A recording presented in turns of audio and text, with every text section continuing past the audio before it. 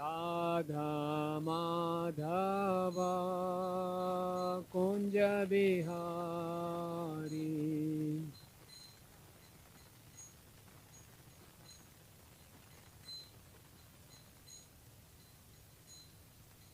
गोपी जना वल्लभ गिरिवरधारी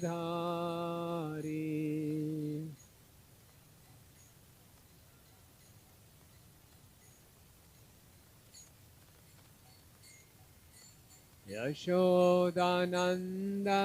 ब्रज जनरंजन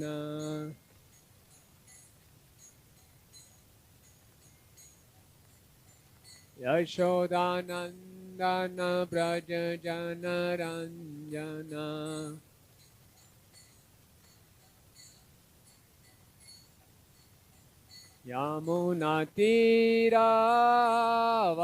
यमुनातीरावनचारी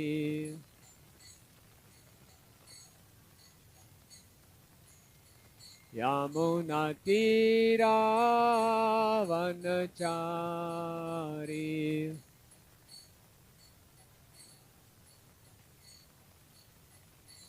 जय राधा माधव कुंज बिहारी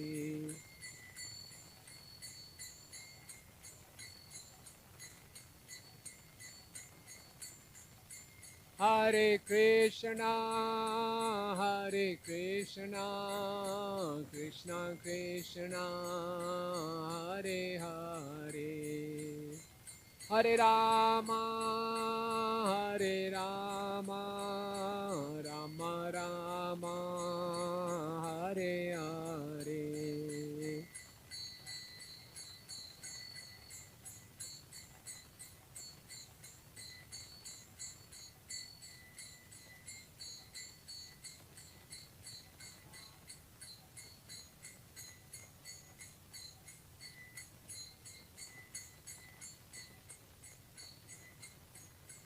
हरे कृष्णा कृष्णा कृष्णा हरे हरे हरे राम राम राम हरे हरे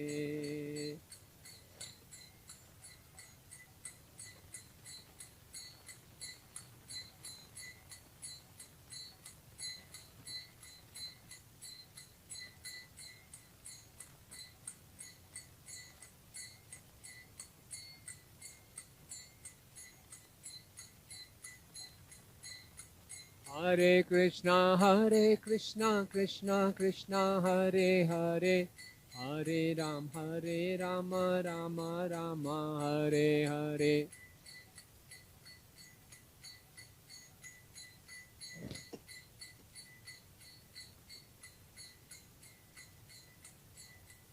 हरे कृष्णा कृष्णा कृष्णा हरे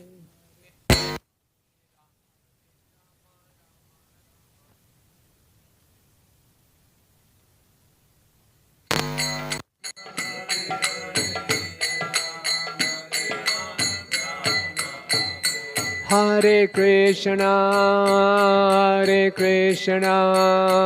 कृष्णा कृष्णा हरे हरे हरे राम राम राम हरे हरे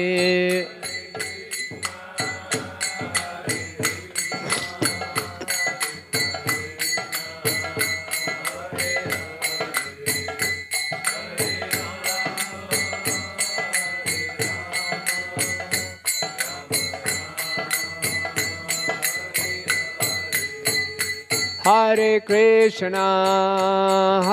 कृष्णा कृष्णा कृष्णा हरे हरे हरे राम राम राम हरे हरे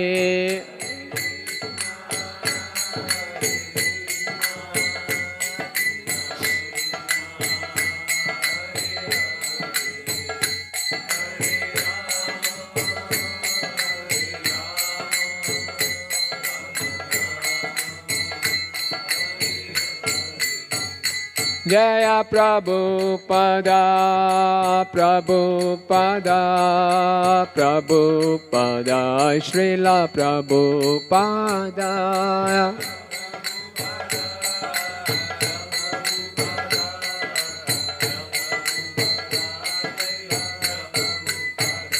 नित्य गौर हरि बोल हरि बोल हरि बोल हरि बोल।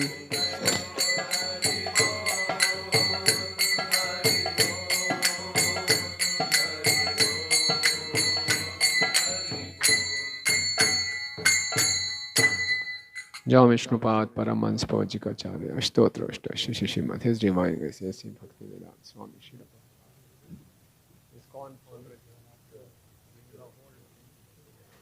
श्रील प्रभुपाद की। जय विष्णुपाद परमहंस पौजिकाचार्य स्तोत्र Shri Shrimad his divine grace भक्ति सिद्धांत सरस्वती ठाकुर महाराज प्रभुपाद की। अनंत कोटि वैष्णववृंद की। नामाचार्य श्री हरिदास ठाकुर के प्रेम से कहो श्री कृष्ण चैतन्य प्रभु नित्यानंद श्री अद्वैत गदाधर शिवासादि गौर भक्तवृंद की। श्री श्री राधा गोकुलानंद जी की। श्री श्री गौर निताय की। जगन्नाथ बलदेव सुभद्रा सुदर्शन जी की। विंध्य देवी तुलसी महारानी की। ग्रंथराज श्रीमद् भागवतम की। निताय गौर प्रेमानंदे। All glories to the assembled devotees, all glories to the assembled devotees, all glories to the assembled devotees, all glories to Shri Shri Guru and Gauranga, all glories to Srila Prabhupada ki jai. Om Namo Bhagavate Vasudevaya.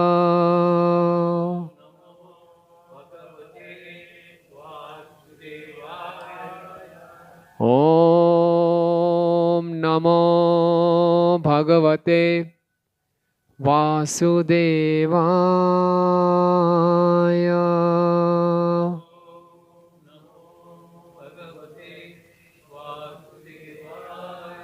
Om Namo Bhagavate Vasudevaya.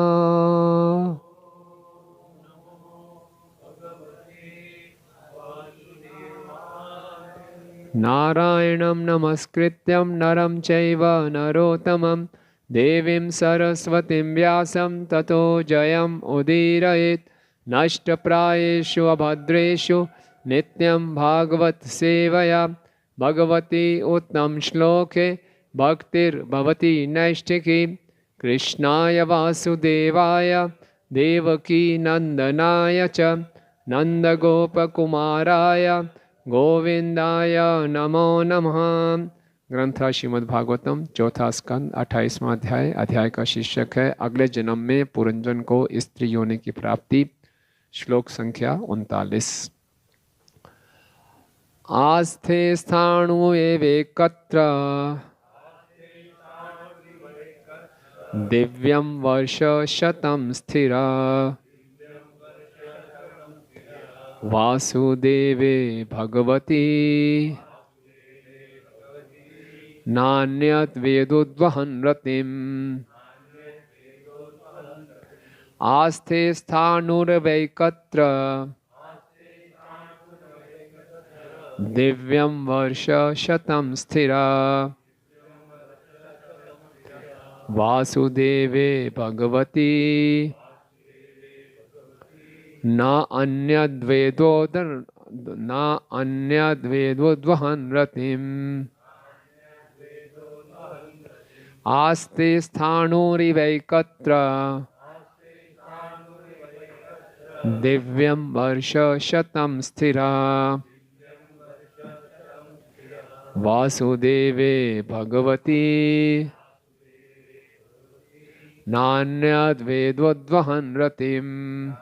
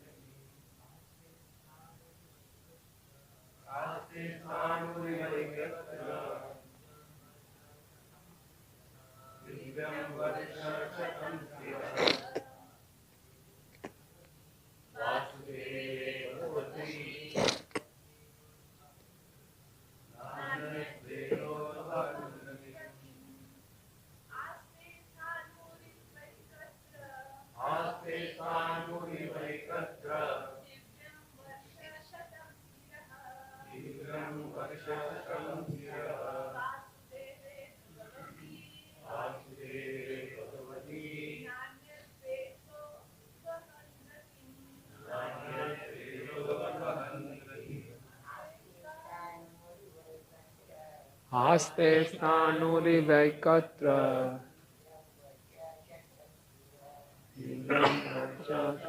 Shiva.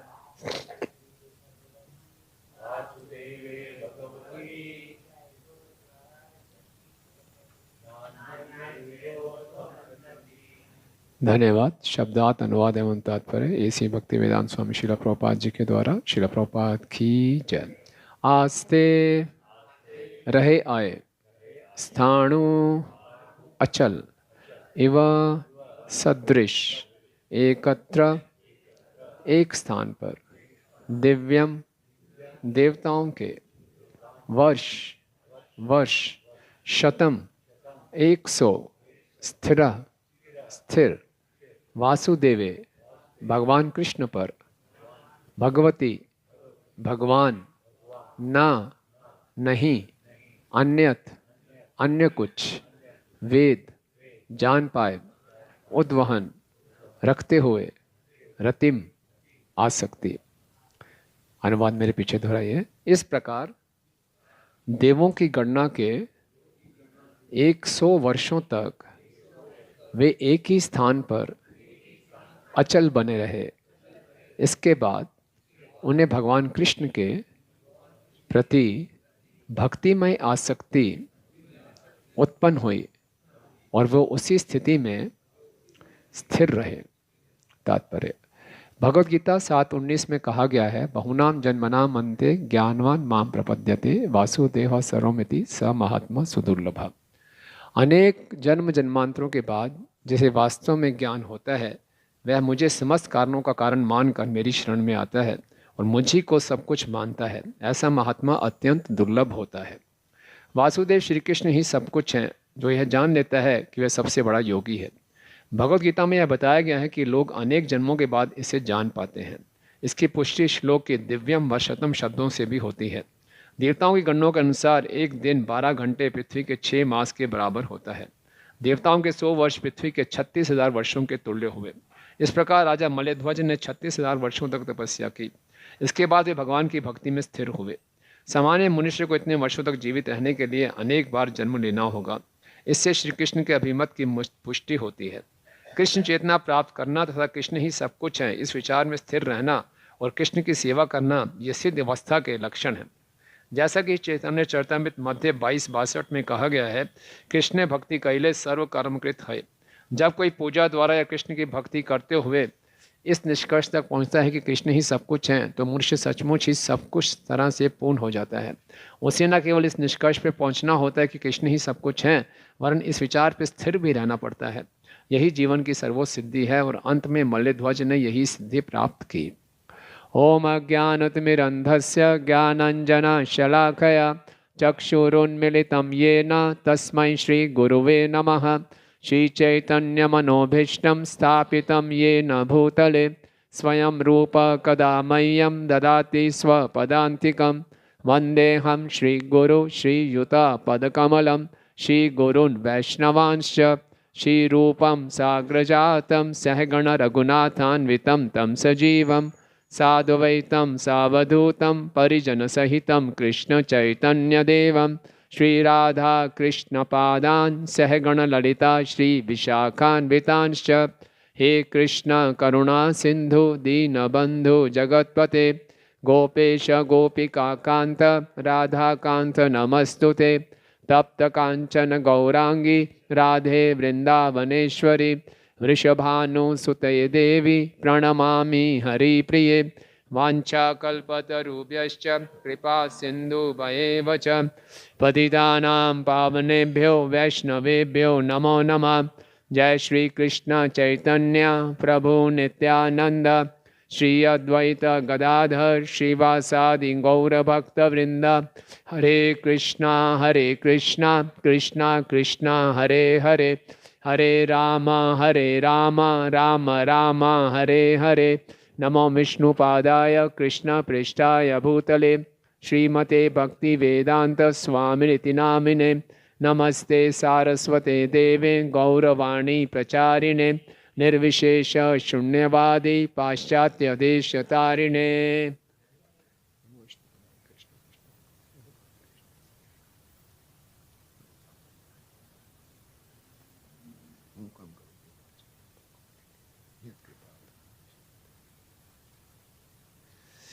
हरे कृष्णा। तो बहुत धन्यवाद देना चाहूँगा कि मुझे ये सेवा का अवसर मिला, और हम सब लोग बहुत सौभाग्यशाली हैं कि शिला प्रभुपाद जी के इस आंदोलन में हमें अपने जीवन को सिद्ध करने का अवसर प्राप्त हो रहा है। और शिला प्रभुपाद जी ने हम सबको इतना एक अनूठा सिस्टम दिया है कि प्रतिदिन हम श्रीमद् भागवतम का श्रवण कीर्तन कर सकते हैं। श्रीमद् भागवतम भगवान श्री कृष्ण से भिन्न नहीं है ना, भगवान का साहित्यिक अवतार है श्रीमद् भागवतम। और ये किताब, ये जो शास्त्र है, ये ना केवल हमें जीवन का लक्ष्य बताता है और उस जीवन के लक्ष्य को कैसे प्राप्त करना है ये भी बताता है। तो इसमें बहुत सी केस स्टडीज़ हैं। हम इस संसार में रहते हुए कई बार हमें गलतफहमी हो जाती है कि मेरा केस कुछ अलग ही है मेरी परिस्थिति ऐसी है, शायद मैं शुद्ध भक्ति नहीं कर पाऊंगा। तो कोई बात नहीं, आप अपना कोई भी केस ले आइए और भागवतम में आपको अपना केस मिल जाएगा और दिखाया है कि जीवन की हर परिस्थिति में हम शुद्ध भक्ति कर सकते हैं, कृष्ण को प्राप्त कर सकते हैं। तो नारद मुनि जी एक्सपर्ट प्रीचर है। उन्होंने देखा राजा प्राचीन भविष्यत बहुत कर्मकांडी में लगा हुआ है और वो सोचता है ही जीवन का लक्ष्य है, स्वर्ग की प्राप्ति ही जीवन का लक्ष्य है। तो नारद मुनि जी ने उनको अप्रत्यक्ष रूप से प्रचार किया, एक रूपक चित्र, एलेगोरिकल चित्र दिया, है ना, एक पुरंजन की कथा सुनाई और उसमें बहुत सुंदर सुंदर से ऐसे शब्दों का उपयोग किया। तो पुरंजन की कथा वास्तव में हम सब की कथा है, एक बद्ध जीव की कथा है जो इस शरीर में भोगना चाहता है। श्रील प्रभुपाद जी भागवतम के पहले स्कंद में कृपण और ब्राह्मण का अंतर बताते हैं जो कृपण होता है उसको अपने शरीर का गलत अंदाज़ा होता है। कैसे गलत अंदाज़ा होता है? उसको उम्मीद बनी रहती है कि ये शरीर मुझे सुख दे देगा, है ना। अंत काल तक मनुष्य इस भरोसे में रहता है शायद शरीर सुख दे दे, है ना। ये गलत अंदाज़ा, वो कृपण है।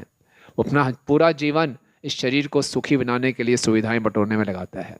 लेकिन जो ब्राह्मण है उसको सही अंदाज़ा होता है अपने बारे में भी और शरीर के बारे में भी, कि कैसे इस शरीर का उपयोग करके जीवन के असली लक्ष्य को प्राप्त करना है। प्रभुपाद ने कहा यह आंदोलन ब्राह्मण बनाने के लिए है, ताकि हम अपने आप को भी जान सकें, इस शरीर को भी समझ सकें और कैसे इस शरीर का उपयोग अपने जीवन के परम लक्ष्य को प्राप्त करने के लिए करें। तो राजा पुरंजन जो कि बहुत भौतिक इंद्र तृप्ति में आसक्त था और अगला जन्म उसको स्त्री का प्राप्त हुआ, यम यम वापि स्मरण भावम त्यजति अंते कलेवरम तम तम एवेति कौन्तेय सदा तदभाव भाविता। उसको स्त्री का शरीर प्राप्त हुआ, लेकिन उसने कुछ पुण्य कार्य किए थे तो उसका सौभाग्य ये था कि उसका विवाह एक वैष्णव से हुआ, राजा मल्लध्वज, जो बहुत अच्छे एक वैष्णव थे। और राजा मल्लध्वज ने अपना बाद में वानप्रस्थ लिया और वन में चले गए। साथ में वैदर्भी जो कि पिछले जन्म में पुरंजन थे वो भी गए। और फिर मल्लध्वज ने तपस्या की। बताया जाता है वानप्रस्थ का जीवन तपस्या के लिए है। प्रभुपाद जी बताते हैं 50 के बाद मनुष्य को अगले जन्म की योजना बनानी शुरू कर देनी चाहिए। इस जन्म से रिटायरमेंट ले लेना चाहिए और अगले जन्म के विषय में सोचना चाहिए। तो मल्लध्वज ने ऐसा ही उदाहरण स्थापित किया, वन में जाके बहुत घोर तपस्या की। पिछले श्लोक में उनका वर्णन आता है, तपसा विद्या पक्व कषायो नियमे यमे युजे ब्रह्मणे आत्मानम विजिताक्ष निलाशया। पूजा से, तप साधना से, नियमों के पालन से राजा मल्लध्वज ने अपनी इंद्रियों, प्राण तथा चेतना को जीत लिया। इस प्रकार उसने हर वस्तु को कृष्ण रूपी केंद्र बिंदु पर स्थिर कर लिया। तो तपस्या से, विद्या से, नियम पालन करके पक्व कषाय, उसने अपने सारे जो अनर्थों को, गंदगी को जला दिया और अपनी मति को पूर्ण रूप से कृष्ण पर लगा दिया, है ना। तो ये उसकी साधना थी। तो आज के श्लोक में बताए जा रहे हैं, आस्थे स्थाणुर वैकत्र दिव्यम वर्ष शतम स्थिर वासुदेवे भगवती ना अन्यत वेद उद्वहन रतिम। इस प्रकार, किस प्रकार? जिस प्रकार पिछले श्लोक में बताया गया, तपस्या करते हुए, अपने इंद्रियों को संयम करते हुए, मन को जीतते हुए, हर वस्तु में कृष्ण को देखते हुए, इस प्रकार उन्होंने देवताओं के 100 वर्ष बिताए ना, साधना किया। कैसे बताए? अचल होकर, बिल्कुल भी विचलित नहीं हुए, एक स्थान पर रहकर पूरा ध्यान लगाया। और ना अन्यत वेद उद्वहन रतिम, और किसी विषय में रति नहीं, केवल कृष्ण के ऊपर रति। तो क्या हुआ? उनको उस साधना से, उन्होंने साधना की तो उनको अब सिद्धि प्राप्त हो गई। क्या सिद्धि हुई? वासुदेवे रतिम, भगवान में रति उत्पन्न हो गई।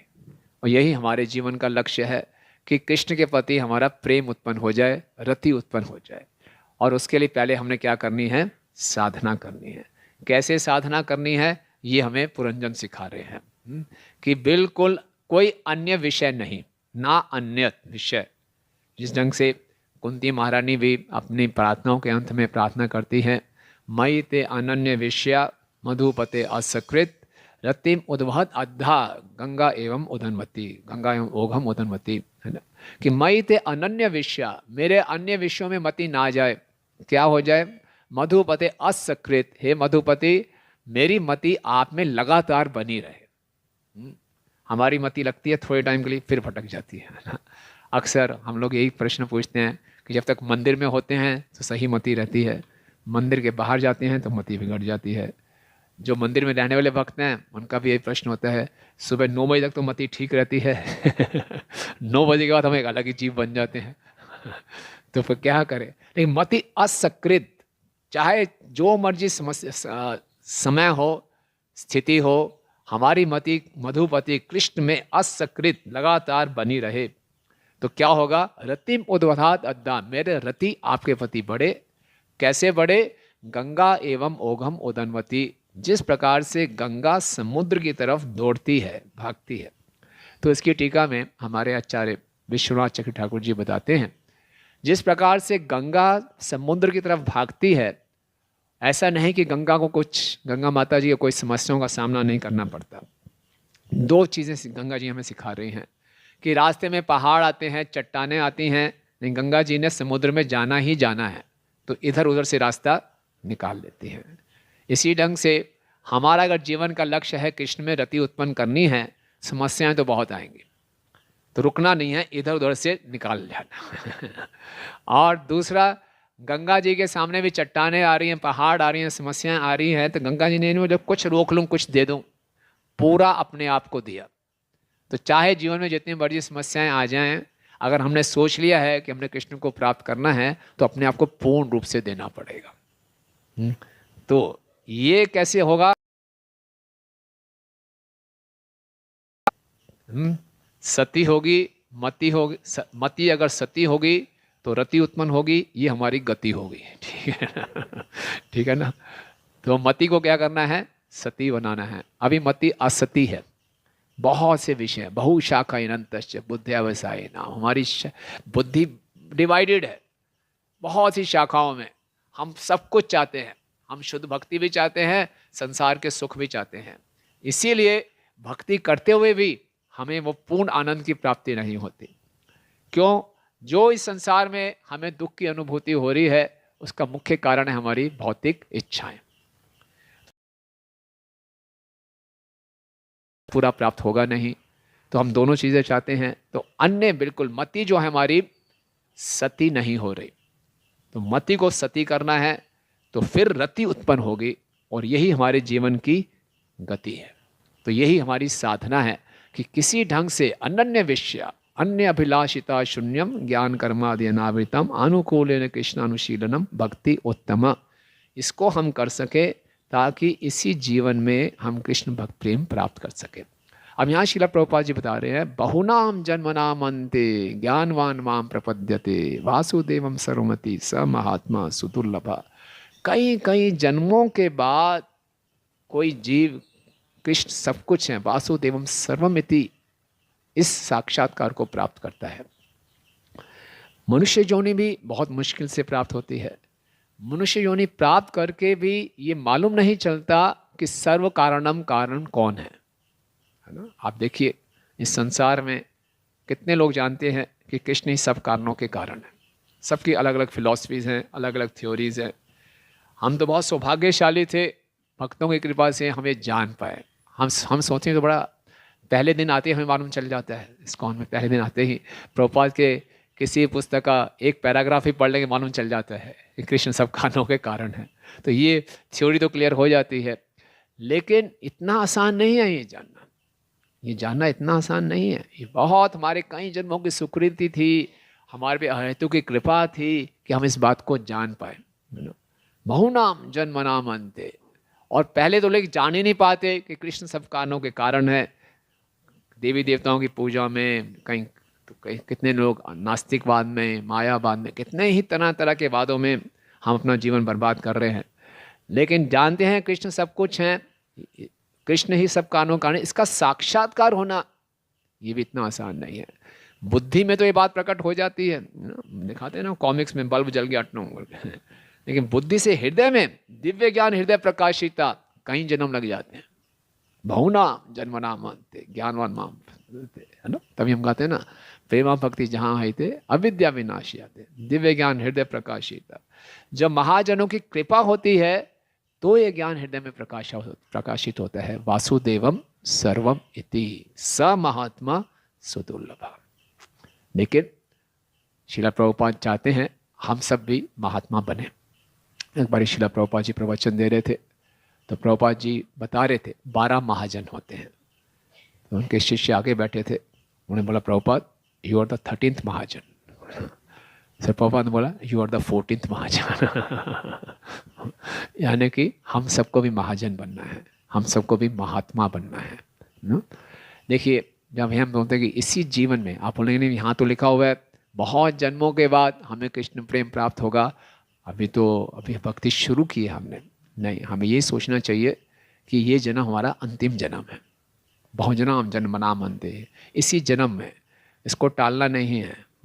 अगला जन्म नहीं, इसी जन्म, ये मेरा अंतिम जन्म है। मैं कई पिछले जन्म से भक्ति करता आ रहा हूँ, इसी जन्म में मैंने सिद्धि प्राप्त करनी है।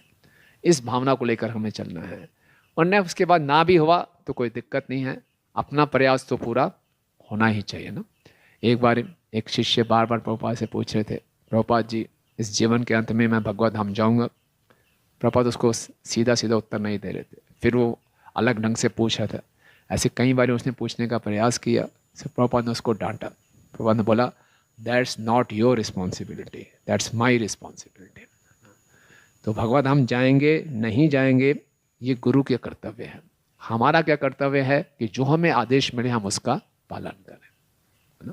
तो जो हमें प्रक्रिया गुरु महाजनों से हमें प्राप्त हुई है, हमें उसको पूरा पालन करना है। हमें ये चिंता नहीं होनी चाहिए हमें सिद्धि प्राप्त होगी कि नहीं। हमारी चिंता ये होनी चाहिए क्या मैं अपने कर्तव्य का पूरा पालन कर रहा हूँ कि नहीं कर रहा हूँ। अगर हम अपने कर्तव्य का पूरा पालन कर रहे हैं तो गुरुजन अपने कर्तव्य का पालन पूरा करेंगे। तो हमें अपने बारे में केवल चिंता करनी है। तो हमारा क्या चिंता होनी चाहिए कि जो साधना भक्ति की प्रक्रिया मुझे प्राप्त हुई है, क्या उसको मैं सही मति से कर रहा हूँ, क्या मैंने अपनी मति को सती बना लिया है, अनन्य विश्व में ना जाके मैं पूर्ण रूप से भगवान पे अपने ध्यान को केंद्रित कर पा रहा हूँ। तो ये मेरा उद्देश्य होना चाहिए। इसीलिए श्रीला प्रभुपाद जी बताते हैं ये जो आंदोलन है ये सूक्ष्म शरीर के प्रशिक्षण के लिए है, training of the subtle body. जैसे हमारे यहाँ पे सुंदर हिज ग्रेस जिम खुला है एक कोने में, एक जिम है ना यहाँ पे, तो ग्रॉस बॉडी को ट्रेन कर रहे हैं। लेकिन हमारा ये जिम है जहाँ हम सटल बॉडी को ट्रेन कर रहे हैं। तो सटल बॉडी को ट्रेन करने का क्या मतलब है कि हमारा कृष्ण का स्मरण बना रहे, है ना। जैसे मर्जी परिस्थिति हो, हम प्रैक्टिकल ग्राउंड लेवल पे तरह तरह की परिस्थितियाँ आएंगी, लेकिन हमारा कृष्ण का स्मरण बना रहे। ये हमारी ट्रेनिंग है, ये हमारी साधना भक्ति है। स्मर्तव्य सततम विष्णु, विस्मर्तव्य न जातुचित, सर्व विधि निषेधेय इत्येव किंकरा। जितने भी हम नियमों का पालन कर रहे हैं उसका मुख्य उद्देश्य है कि हमेशा कृष्ण का स्मरण रहे, कभी कृष्ण को भूले नहीं। तो कोई पूछ सकता है, एक बार ही बोल देते सदा कृष्ण का स्मरण रहे, दोबारा बोलने की क्या जरूरत है, कभी कृष्ण को भूले नहीं, दो बारी क्यों बोला गया ऐसा? एक विधि है, एक निषेध है, उससे क्या होगा?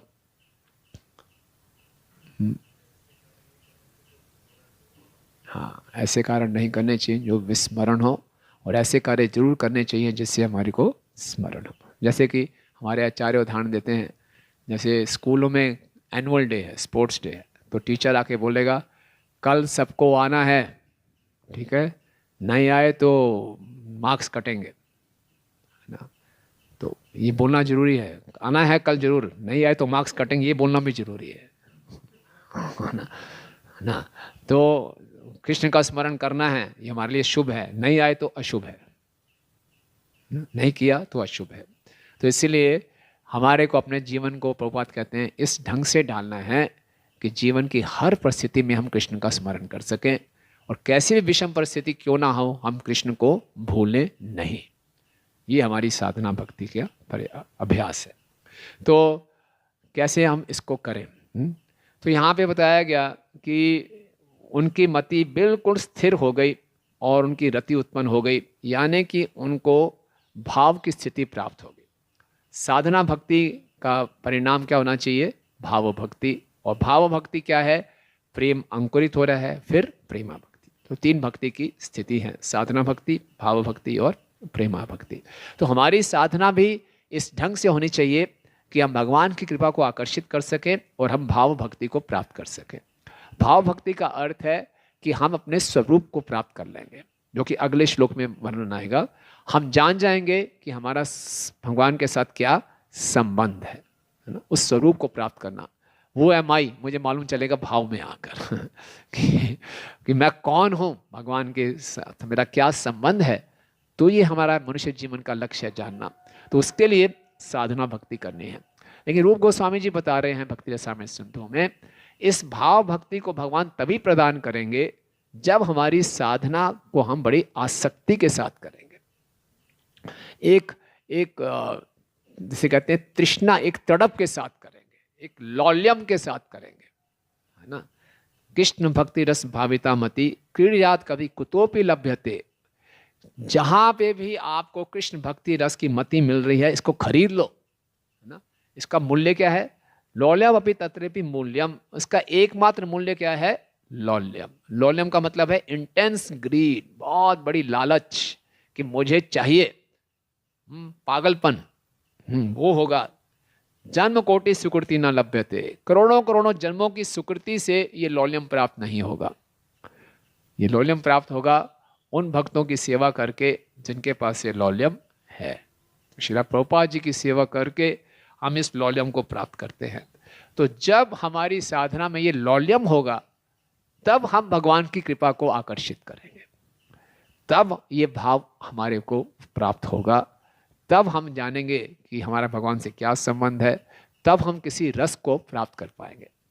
इस संसार में हम देखते हैं, अगर हम बाहर सड़क पे जा रहे हैं और कोई भिखारी है और भिखारी अपने आप को बहुत दीनहीन दिखाता है, तब हमारा हृदय द्रवित होता है, तब हम उसको कुछ देते हैं। हमारे सामने भिखारी आए, आईफोन लिया हुआ उसने और यूँ करा भैया दो यार, तो क्या बोलोगे? ये तो अभी कोई इंटरेस्टेड ही नहीं है।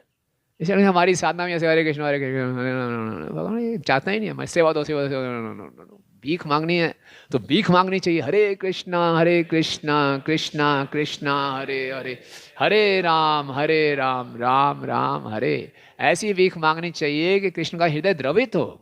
हाँ, इसको चाहिए, ये रो रहा है ना। श्रील प्रभुपाद जी एक बार मॉर्निंग वॉक में थे, तो प्रभुपाद जी के पास ड्राई ब्रेड था, तो उनको रास्ते में कुछ बतखें, डक्स दिखाई दी, बतख होती है ना। तो प्रभुपाद ड्राई ब्रेड फेंक रहे थे, ब्रेड कम थी, बतखें ज़्यादा थी।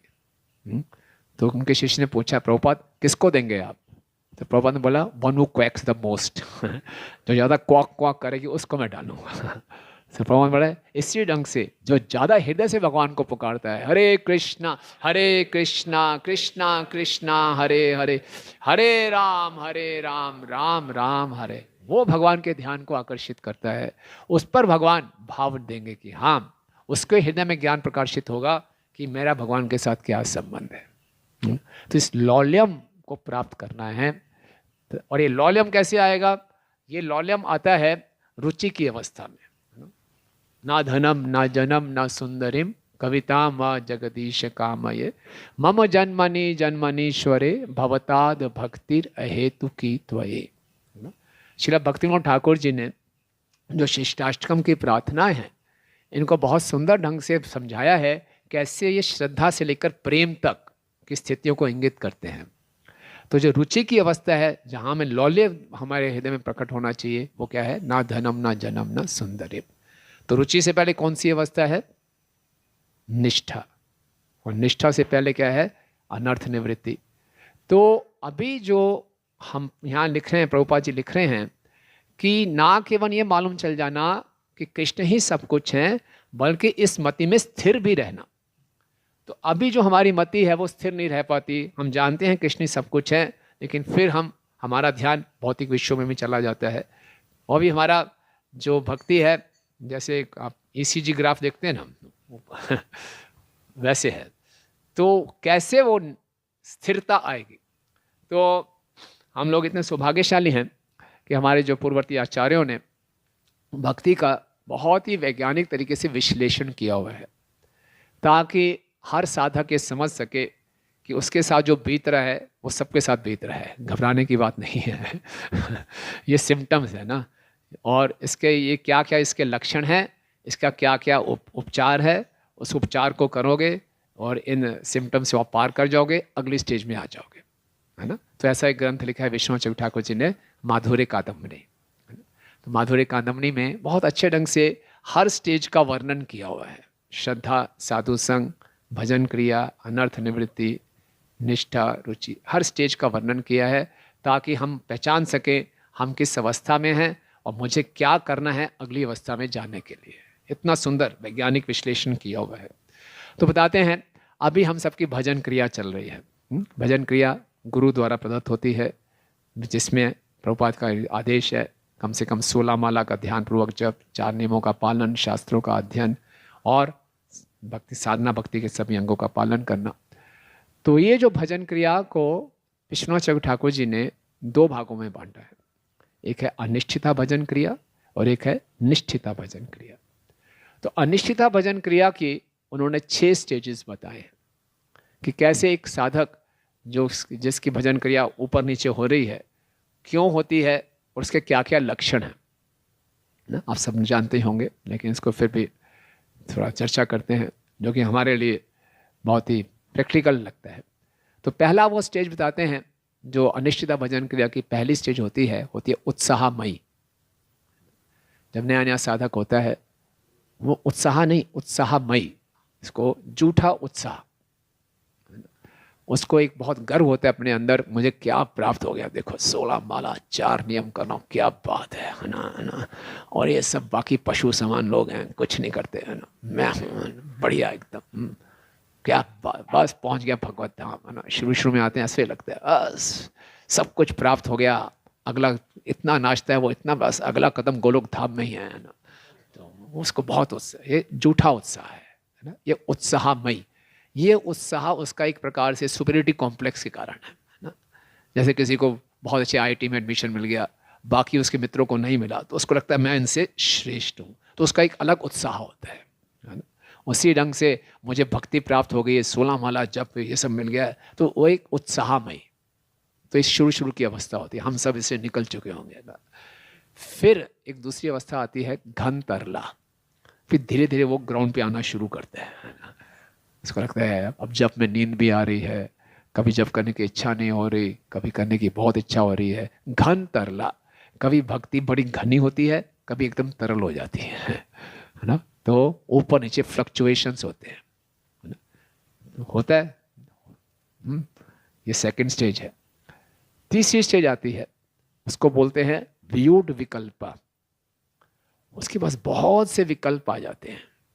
युवा होगा तो सोचेगा ब्रह्मचारी बन जाता हूँ यार, बन ही जाता हूँ ब्रह्मचारी, पता नहीं कब मनुष्य जीवन समाप्त हो जाए, दुर्लभ है, पूरा जीवन दे दो, जो भी है अपने आप को समर्पित कर दो। फिर सोचता है नहीं यार, घर में बूढ़ी माँ है, बाप है ना, कैसे कैसे हो सकता है, उनका भी तो ध्यान देना चाहिए, भक्ति तो कहीं भी हो सकती है, ये देखो ये भी इतने अच्छे गृहस्थ हैं, ये भी तो भक्ति कर रहे हैं ना, तो ऐसे ही कर लेता हूँ, है ना, चला जाता हूँ। फिर कहते हैं नहीं, इसी में वो झुलसता रहता है। जो गृहस्थ हैं वो सोचते हैं अब रिटायरमेंट ले लेता हूँ, वृंदावन में मायापुर में एक फ्लैट लेता हूँ, कब तक ये करता रहूँगा, पता नहीं कितने साल जीऊँगा, सारा बिजनेस वाइंड अप करता हूँ, धाम में जाता हूँ। फिर विचार आता है नहीं नहीं, प्रभुपाद ने कहा प्रचार ही सार है नहीं, वर्क नाउ समाधि लेटर, अभी यहीं करता हूँ। फिर विचार आता है क्यों ना अपने गांव में जाके मंदिर खोलूं, गांव वालों का उद्धार करूं। तो तरह तरह के विकल्प आते हैं, वो किसी भी विकल्प में स्थिर नहीं हो पाता, किसी भी विकल्प की वो जिम्मेवारी नहीं लेना चाहता, डरता है जिम्मेवारी लेते हुए। ब्रह्मचारी बनूंगा तो डर रहा हूँ, गृहस्थ में जा रहा हूँ तो डर रहा हूँ, फुल टाइम वृंदावन जाऊंगा तो डर रहा हूँ, अपने गांव में जाके मंदिर खोलना तो डरता रहता है, कंफ्यूज रहता है क्या करूं। ये तीसरी स्टेज है। चौथा अनिश्चिता भजन क्रिया की स्टेज है विषय संग्रह। विषयों से उसको बहुत संघर्ष करना पड़ता है। कुछ समय के बाद पुराने संस्कार जागृत होने शुरू हो जाते हैं, जो पुराने उसने सिनेमा देखा है, गलत दृश्य देखे हैं, इंद्र तृप्ति के विचार हैं, वो सब उसको खींचना शुरू करते हैं कि भोग करो, और वो बहुत संघर्ष करता है, कभी गिरता है कभी उठता है, कभी गिरता है कभी उठता है, ये सब होता है। पहला क्या था? उत्साहमय, दूसरा घन तरला, तीसरा व्यूढ़ विकल्प, चौथा विषय संग्रह, पांचवा है नियम अक्षमा। फिर वो शुद्ध भक्तों के संपर्क में आता है और नियम लेता है, कल से मैं 25 माला रोज करूंगा, काशी में 64 माला करूंगा, दिखा दूंगा मैं रोज 4 घंटे पढ़ूंगा। नियम लेता है, कार्तिक का महीने आने वाला खूब तपस्या बढ़ाऊंगा, लेकिन उसको कर नहीं पाता। नियम अक्षम होता है बेचारा, सक्षम नहीं है। और छठी स्टेज है तरंग रंगनी। थोड़ा बहुत श्लोक सीख जाता है, प्रवचन करना सीख जाता है, कीर्तन करता है, उसके फॉलोअर्स बढ़ जाते हैं, बोलते हैं वाह प्रभु जी आपने हमारा जीवन बदल दिया, आप बहुत महान हैं, ये हैं वो हैं। तो वो उन बातों को सच मानना शुरू कर देते हैं अब मेरी भक्ति वास्तव में बढ़ गई है, मैं शुद्ध भक्ति को प्राप्त कर लिया मैंने, और जो भक्ति से प्राप्त लाभ हो रहे हैं उसको भोगना शुरू कर देता है। तरंग रंगनी, उन तरंगों पे नाचना शुरू कर देता है। तो ये जो 6 स्टेजेस आती हैं, ये अनिश्चिता भजन क्रिया है। इससे हमारी जो भजन क्रिया निश्चित माना कि ऊपर नीचे होती है, लेकिन घबराने की बात नहीं है। इससे निकलना है हमको, है ना। तो ये लक्षण प्रकट हो रहे हैं तो घबराना नहीं है, ये हर एक साधक के साथ ये लक्षण प्रकट होते हैं। लेकिन इसका तोड़ है, क्या तोड़ है? इन सभी का जो हमारे कमजोरियां हैं, इसका एक ही तोड़ है कि जो गुरु के आदेश हैं उनका उत्साहपूर्वक हम पालन करते रहें, है ना। परेशानियां भी आती रहेंगी, ऊपर नीचे भी होता रहेगा, लेकिन गुरु के आदेशों का हम उत्साहपूर्वक पालन करते रहें। हरे कृष्णा कृष्णा कृष्णा हरे हरे, हरे Ram Ram Ram Hare Hare.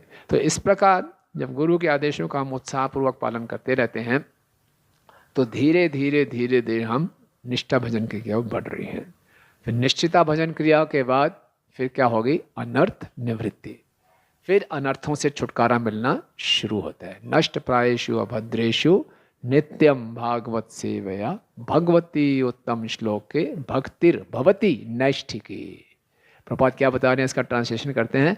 Bye regular attendance in Bhagavatam class, प्रतिदिन भागवतम का सेवन करने से हमारे जो अनर्थ हैं वो प्राय समाप्त हो जाते हैं, और भक्तिर भवती नैष्ठिकी भक्ति हो जाती है। और तब हमें विश्वास हो जाता है, क्या है? श्रद्धा शब्दे विश्वास कैले सुदृढ़ निश्चय, कृष्ण भक्ति कैले सर्व कर्म कृत है। कि मैं कृष्ण भक्ति कर लूंगा, मुझे सब कुछ प्राप्त हो जाएगा और कुछ करने की आवश्यकता नहीं है। पेड़ की जड़ में पानी डालूंगा, अपने बाप पूरी शाखाएं हरी भरी हो जाते हैं, मैं भी संतुष्ट हो जाऊंगा ना? तो ये जो उत्तम भक्ति करने के लिए, अन्य अभिलाषिता शून्यम भक्ति करने के लिए, ये श्रद्धा की आवश्यकता है ना। ये श्रद्धा चाहिए। हमें विश्वास नहीं है, हमने सुना है, हम खुद उदाहरण भी ये देते हैं, अरे प्रभु पेट में भोजन डालो सब ठीक हो जाएगा, है ना। आंख में भोजन थोड़ी डालते हो, कान में भोजन थोड़ी डालते हो, पेट में भोजन डालो। लेकिन है ये छोटी सी बात, पेड़ की जड़ में पानी डालो मैं सुखी हो जाऊंगा, लेकिन हमें श्रद्धा नहीं है, हमें अभी भी डाउट है, पेड़ की जड़ में पानी डालेगा इस यहाँ में पानी पहुंचेगा नहीं पहुंचेगा। तो अपना सा जुगाड़ अलग से करके रखता हूँ आज, है ना। तो यहाँ भी पानी डालते रहो, लेकिन ऊपर भी डालो पानी, है ना, पता नहीं पहुंचे ना पहुंचे। तो इसीलिए भक्ति करते करते भी हम कृष्ण का एकमात्र शरण नहीं ले पाते, अनन्य शरण नहीं ले रहे, है ना। अनन्य गत्वा नहीं है, कुछ और भी अपने शरण रखते हैं, शेल्टर्स रखते हैं कि कुछ रहे काम आएगा, थोड़ा स्मार्टली चलना चाहिए। तो वो स्मार्टनेस नहीं है। भगवान देखते हैं किस किस की शरण ले रखी है ना। अनन्य गत्वा, केवल भगवान की शरण लेनी है। तो इसको श्रद्धा विकसित होने में समय लगता है ना। जैसे जैसे हम भक्तों का संग करेंगे ये श्रद्धा विकसित हो रही है। जब ये श्रद्धा विकसित होती है फिर अनन्य मति, फिर हमारी और कहीं विषयों में मति नहीं जाएगी, फिर हम एकमात्र कृष्ण की शरण लेते हैं और फिर भक्ति की गाड़ी तेजी से आगे बढ़ती है। अन्यथा ये श्रद्धा की कमजोरी है, तो इसलिए हम अपने मल्टीपल शेल्टर्स रखते हैं, इसलिए हमारी बहुशाखा है ना। तो ये समस्या है। तो इस श्रद्धा को विकसित करना है और इसका एकमात्र तरीका है नियमित रूप से हम भागवत श्रवण करें, इस पे मनन करें, भक्तों के साथ चर्चा करें। जैसे जैसे हमारे जीवन का लक्ष्य स्पष्ट होता जाएगा तो हमारी जो श्रद्धा है विकसित होती जाएगी ना। जिस प्रकार से सुखदेव गोस्वामी भागवतम के दूसरे स्कंद में बता रहे हैं, पिबंति ये भागवत आत्मना सताम, है ना, कथामितम श्रवण पुटेषु समृतम पुनंति ते विषय विदुषित आशयम भजंति ते चरण सरोरंतुकम। पिबंति ये भागवत आत्मना सताम, जो भगवान के शुद्ध भक्त हैं वो भागवतम को पीते हैं ना। कथा प्रमितम श्रवण पुटेषु समृतम, कैसे पीते हैं? ये कानों के कर्ण रंध्रों से कथा को पीते हैं, है ना, भर भर के पीते हैं, ड्रॉपर से नहीं, टप टप नहीं, भर भर के पीते हैं। तो जितना हम भागवतम को पिएंगे क्या होता है? पुनंति ते विषय विदूषित आशयम, ये हमारे जीवन के लक्ष्य को जो कि विषयों से दूषित है उसको शुद्ध करता है। हम सब आज इस स्टेज तक पहुंचे हैं श्रवण कर करके ही पहुंचे हैं, है ना। हमें इतना तो मालूम है कि हाँ जीवन का लक्ष्य कृष्ण प्रेम है। पहले तो ये नहीं मालूम था, पहले समझते थे जीवन का लक्ष्य देश प्रेम है या कोई प्रेम है, अब कृष्ण प्रेम है, ये मालूम चल गया हमें। लेकिन अभी भी कुछ विषय हैं हमारे हृदय में, वो भी शुद्ध हो जाएंगे, हमारा लक्ष्य शुद्ध हो जाएगा जितना हम भागवतम को श्रवण करेंगे। फिर क्या होगा? भजंती ते चरण सरोवर अंतुकम, फिर हम भजंती, हम चलेंगे कृष्ण के चरण कमलों को प्राप्त करने के लिए, हमारी यात्रा शुरू होगी। तो इसलिए ये पुरंजन के इस 2 श्लोकों से हम सीखते हैं कि किस प्रकार से हमें अपनी साधना को निभाना है और साधना का अभ्यास अनन्य विषय होना चाहिए। अनन्य विषय में हम क्यों जाते हैं? क्योंकि हमारी श्रद्धा की कमी है। कैसे हम श्रद्धा को और मजबूत कर सकते हैं? और अच्छे ढंग से भक्तों का संग करके और ज़्यादा से ज़्यादा श्रवण करके, और जिससे हम अपने हृदय को शुद्ध करें, जीवन का लक्ष्य शुद्ध हो। जीवन का लक्ष्य शुद्ध हो जाएगा फिर कोई दिक्कत नहीं होगी, है ना। और भक्ति विनोद ठाकुर क्या बता रहे हैं कि जो निष्ठा की स्टेज है वो कौन सा श्लोक बताता है शिष्टाष्टकम का? वो तो रुचि है। निष्ठा की स्टेज तृणादपि सुनिचेत तरोरपि सहिष्णुना अमानिना मान देन कीर्तनीय सदा हरि। पिछले श्लोक में बताया कि पुरंजन ने बहुत तपस्या की, तो हमारे लिए ज़्यादा तपस्या की आवश्यकता नहीं है ना। कृष्ण असम ऊर्ध्व है, यानी कि ना उनके कोई बराबर है ना कोई उनके बढ़कर है। कृष्ण कॉन्शियसनेस भी असम ऊर्ध्व है। कृष्ण कॉन्शियसनेस से, कृष्ण भाना भावित से ऊंचा ना कोई प्रोसेस है ना कोई होगा। और इस प्रोसेस को प्राप्त करने की जो तपस्या भी असम ऊर्ध्व होनी चाहिए, लेकिन ऐसा नहीं है।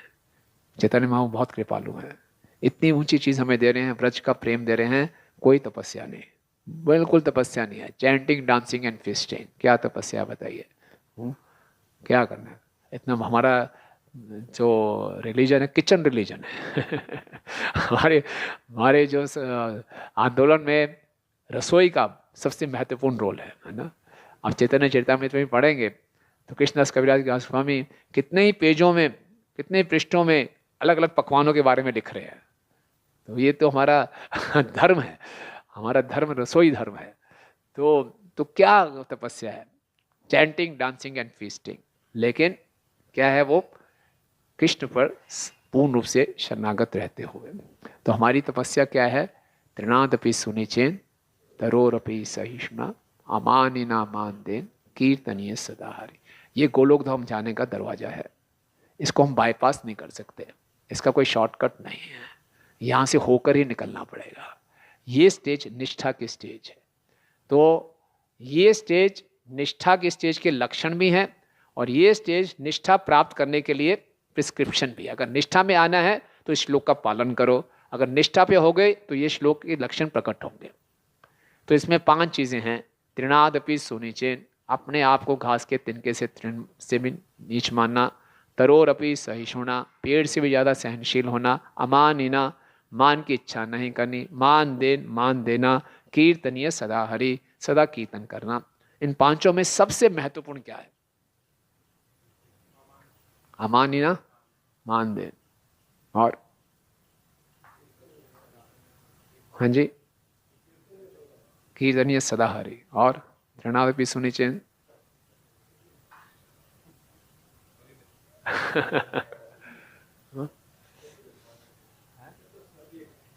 फिर भी सबसे महत्वपूर्ण कीर्तनीय सदा हरि सबसे महत्वपूर्ण। इसको करते रहेंगे तो बाकी 4 लक्षण अपने आप प्रकट हो जाएंगे।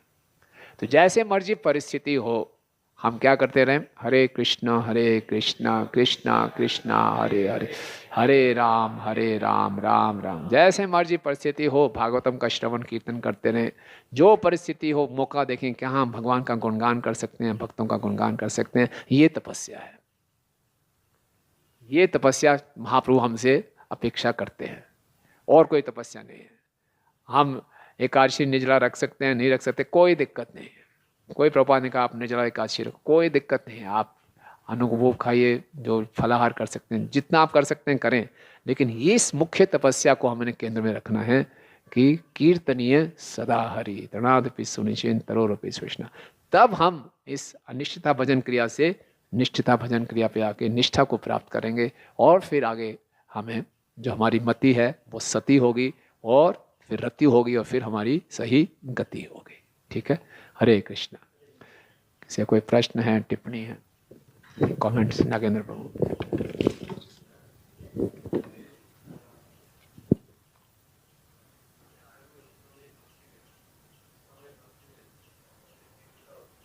क्या होती है? हाँ,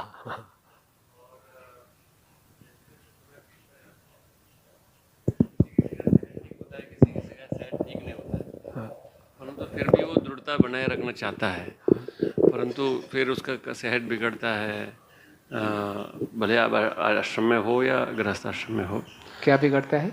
सेहत उसका, हेल्थ हेल्थ, हेल्थ अच्छा, हेल्थ स्वास्थ्य, हेल्थ हाँ। हेल्थ और फिर उसकी वजह से फिर वो भजन करना चाहता है, परंतु कई कारण हो जाते हैं कि वो भजन के लिए वो विघ्न आ जाते हैं। फिर इससे कैसे उठ सकता है वो? हाँ, तो उत्साहमय में शुरू में उत्साह होता है, फिर धीरे धीरे उसका स्वास्थ्य भी खराब हो गया, ये भी हो गया। तो होता क्या है, जैसे बने ना उत्साहमय, वो मिथ्या उत्साह होता है। उसका एक अंदर का एक सुपीरियरिटी कॉम्प्लेक्स वाला उत्साह होता है। तो उसमें कहीं वो अपराध भी कर बैठता है ना। वो सोचते हैं मैं दूसरों से श्रेष्ठ हूँ। देखो वो मंगल आरती न्याय में आ गया, देखो क्या है ना, देखो जब मैं सो रहा है मैं नहीं सो रहा, देखो है ना। तो अपने आप को श्रेष्ठ दिखाने का हमेशा प्रयास करता है, और हमेशा वो क्या है, इसमें कहीं अपराध कर बैठते हैं। इसलिए प्रशिक्षण की बहुत आवश्यकता है कि भक्तों को हम सही ढंग से एजुकेशन ट्रेनिंग दें, उनको पता हो क्या स्थिति चल रही है, इसको कैसे डील करना है, तो उससे हम बच सकते हैं, है ना। तो स्वास्थ्य में मुख्य मानसिक स्वास्थ्य खराब होता है, शारीरिक स्वास्थ्य बात की बात होती है। तो इसलिए अपराधों से बचें। तो अपराध मुख्य कारण होते हैं जिससे हम दिक्कतें आती हैं, है ना।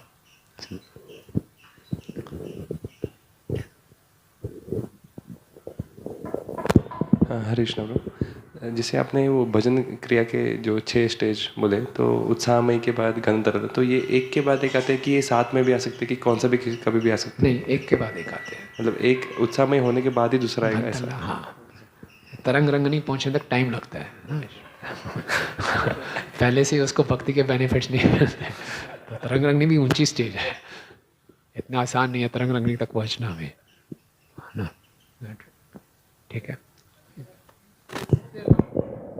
जैसे मान लीजिए गुरु जी को तरंग रंगनी पे है, तो फिर वो उसको करना क्या रहता है, मतलब उसको कैसे बचना है इन सब चीज़ों से? हाँ, तो तरंग रंगनी से बचने के लिए, इसलिए अगर हम हमेशा अपने आप को भक्तों के संग में रखते हैं और ऐसे भक्तों के संग में रखते हैं जो हमें फीडबैक देते रहे, जो हमें ऑब्जर्व कर रहे हैं, उसके लिए हम ओपन रहे, तो सेफ हो जाएंगे।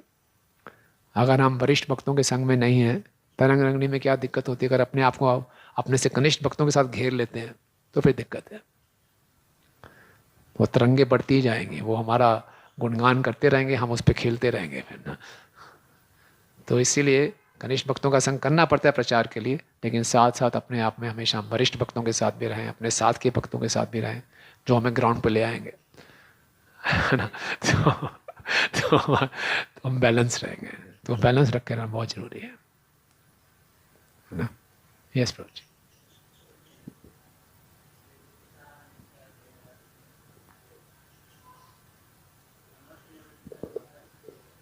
हाँ, जल्दी मिल भी जाता है। और हाँ, अनर्थ निवृत्ति 4था स्टेज है, वो कभी कभी बोला जाता है कि भाव स्टेज तक रहता है, और तब तक वो कैसे उसको। हाँ, तो ये एक अलग विज्ञान है, बहुत गहरा विषय है। तो कई प्रकार के अनर्थ होते हैं, मुख्यतः 4 प्रकार के अनर्थ होते हैं। दुष्कृता उठा अनर्थ, सुकृता उठा अनर्थ, भक्ति उठा अनर्थ, अपराध उठा अनर्थ। तो दुष्कृता उठा अनर्थ, सुकृत उठा अनर्थ, यानी कि हमारे पिछले जन्मों के पाप और पुण्यों के कारण। तो ये तो भजन क्रिया में ही लगभग खत्म हो जाते हैं, प्रायशु लगभग खत्म हो जाते हैं, और आसक्ति तक आते होते पूरे खत्म हो जाते हैं। जो है भक्ति उठा अनर्थ, भक्ति उठा अनर्थ होते हैं भक्ति में आने के बाद कुछ हमारी गंदगी आती है मन में, पूजा, लाभ, प्रतिष्ठा की इच्छा, ये रुचि की अवस्था में समाप्त हो जाते हैं। लेकिन जो अपराध उठा अनर्थ है, अपराध के कारण भौतिक इच्छाएं, ये भाव की स्थिति तक रहती है, इसलिए अपराध करना सबसे खतरनाक है। तो इसलिए भाव की स्थिति में जाके भी रिस्क बना रहता है, क्योंकि हमने अपराध किया हुआ है, तो भाव की स्थिति में भी भौतिक इच्छाएं आ सकती। अनर्थ का मतलब है भौतिक इच्छा, भाव की स्थिति में आके भी भौतिक इच्छा प्रकट हो सकती है, इसलिए वो रिस्क है। क्योंकि अनर्थ निवृत्ति ये बहुत बड़ा, हाँ, क्योंकि ये पहला आधा श्रद्धा, साधु संग, भजन क्रिया, ये तो मिल ही जाता है। हाँ, थोड़ा थोड़ा करके उसका अनर्थ निवृत्ति में स्टेज में आता है। हाँ, हमारा स्थिति बहुत उसका। तो इसका मुख्य जो नींव है वो श्रद्धा है। तो श्रद्धा में भी उन्होंने बताया 2 प्रकार की श्रद्धा है, एक लौकिक श्रद्धा, एक शास्त्रिक श्रद्धा है। तो अधिकांशतः जो हमारी भक्ति शुरू होती है लौकिक श्रद्धा से शुरू हो जाती है, क्योंकि शास्त्रों के सही ढंग से पढ़ते सुनते नहीं हैं, तो लौकिक श्रद्धा उसकी नींव ही कमजोर है। तो पूरे विधि में हमें अपनी श्रद्धा को मजबूत करते रहना, और शास्त्रों का अच्छे ढंग से भक्तों का संग करते रहेंगे, श्रद्धा मजबूत होती जाएगी, तो फिर हम अच्छे ढंग से इसका पालन कर पाएंगे। ठीक है,